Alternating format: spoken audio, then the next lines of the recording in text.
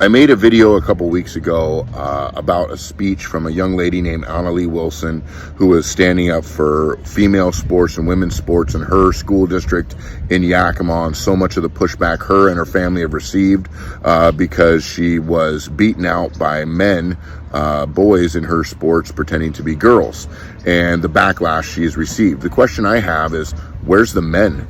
Where's the adults in the room that are going to stand up for herself? This is a child, and she's standing up for herself, and she's the voice. We need to be fighting for young ladies like this. Here's another video of her speech a little bit closer. Please watch it again and allow this to fire you up, especially if you're a man, especially if you're an adult. Hello everyone, my name is Annalie Wilson, and I am currently a sophomore at Eastmont High School in East Wenatchee, Washington. I am a student athlete who runs track and cross country, and I'm here today because Initiative IL 26638, Protecting Fairness in Girls Sports, deeply matters to me.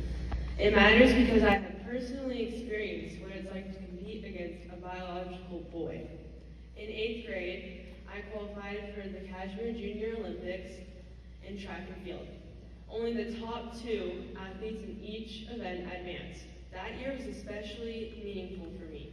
I had dislocated my kneecap playing basketball and fought my way back through months of painful rehab just to earn that spot. I poured everything I had into getting there, but when I got to the Junior Olympics,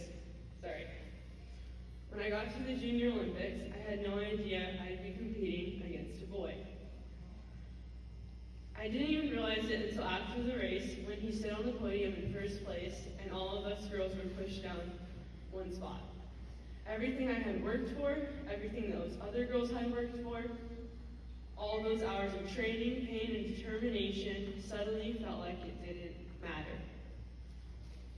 When my family and I spoke up respectfully for fairness and safety for biological girls, we didn't expect the backlash that came with it. We were called hateful, transphobic, and bigots. People told my parents that they should be ashamed of me for being so hateful.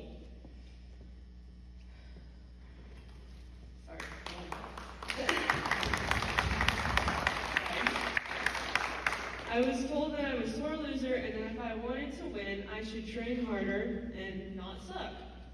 My family had been threatened with lawsuits, and I was even told that by speaking up, I would be the one to blame if that transgender athlete took their life. Do you know what it's like to carry that kind of weight at my age? I've watched my mom cry and get sick and apologize for other people's words, simply because I chose to stand up for what is right.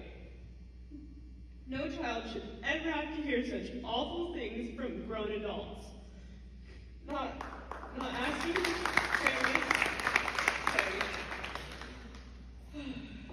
for fairness, not asking for safety, not for asking to be heard. Sorry, I am asking for safety and fairness. People have told me that this isn't a big deal, and that there aren't many transgender athletes, and that it's just dumb high school sports. But since 8th grade, I have competed with 4 biological boys that I know of for sure. 4 times I've watched girls lose their rightful spots on the podium and in their rankings, and I've also watched them lose their confidence. And this isn't just about high school sports. Thank you. For me, my friends, and for so many other female athletes, this is about our dreams. We train for hours. We push through exhaustion, we miss parties, dances, and weekends with friends, all because we've been taught that hard work and sacrifice are the price of chasing something bigger.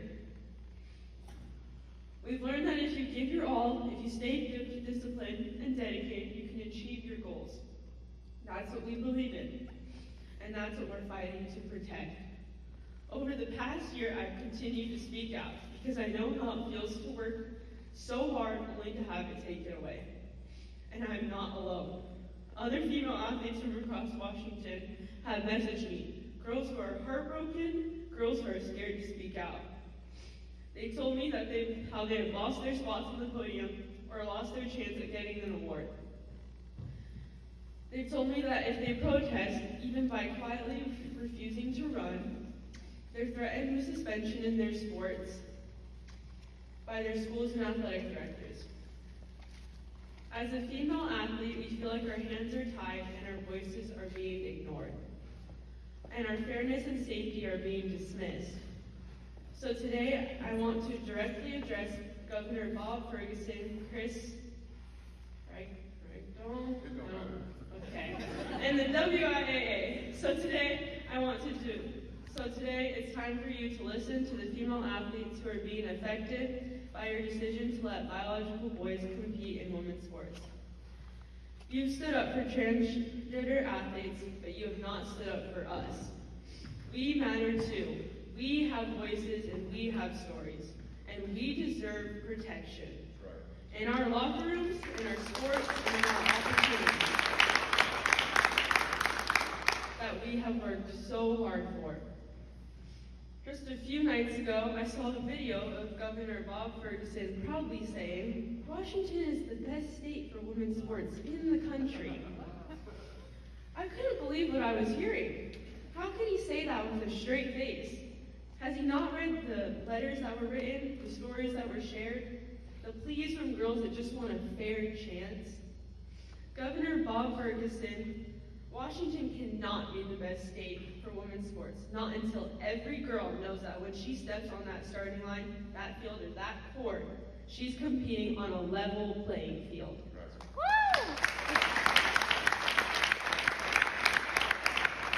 That's all we're asking for. Fairness, safety, and respect. We are not asking for special treatment, we're asking for equal treatment. The very thing women's sports were created to protect. We're calling on the leaders in Washington to stop twisting the issue into something it's not. This is not about hate or discrimination, and it's time to stop pretending that it is. This is about fairness, this is about safety, this is about respect. This is about doing what's right, protecting our female athletes, and ensuring that every athlete competes in an environment that is safe, fair, and respectful for all. It is time for real leadership, real solutions, and real courage to stand up for what is right. And today, I want to extend a personal invitation to Governor Bob Ferguson and Superintendent Chris something, I don't know the government guys, to sit down with me to listen to my story as a female athlete who has experienced firsthand how this issue is impacting the girls of Washington State. Let's have an honest, respectful conversation, not about politics, but about protecting fairness, safety, and opportunity for every athlete in our state. In closing, I'm asking every person who can vote to please sign this initiative. I'm only 16 years old, and I don't have the power to sign it myself, but you do. You have the power to stand up for what is right. You have the power to make a difference for me and for every female athlete in Washington State who simply wants a fair and safe place to compete. Your signature is more than ink on paper. It's a stand for fairness, safety, and the future of girls' sports. Thank you.